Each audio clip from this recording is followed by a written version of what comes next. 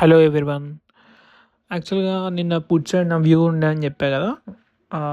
ఆ 72,000లో అందులో బీటీఎస్‌ఏ పెట్టుకొని ఉండే.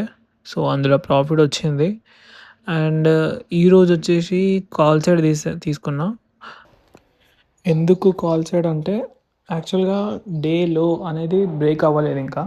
సో, అక్కడ చాలా లైక్ 1.5 అవర్స్ సస్టైన్ అయింది. సో, నేను స్టోరీ కూడా పెట్టుండే ఇన్‌స్టాగ్రామ్‌లో.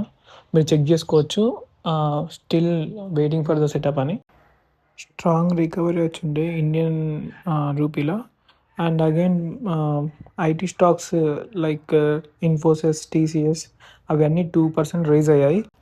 మార్నింగ్ మీరు చూసుకోవచ్చు, సెన్సెక్స్ వచ్చేసి 1,500 పాయింట్స్ గ్యాప్ డౌన్ వచ్చాక బిగ్ ఇన్వెస్టర్స్ ఏం చేశారంటే కింద లో పాయింట్ నుంచి బయింగ్ స్టార్ట్ చేశారు. సో, అది బయింగ్ ఆపర్చునిటీ అనుకోవచ్చు.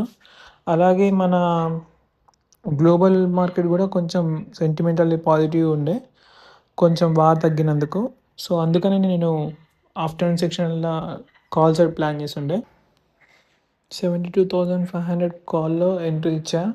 అరౌండ్ 55 లైక్ 100లో ఏమో సెల్ చేశా.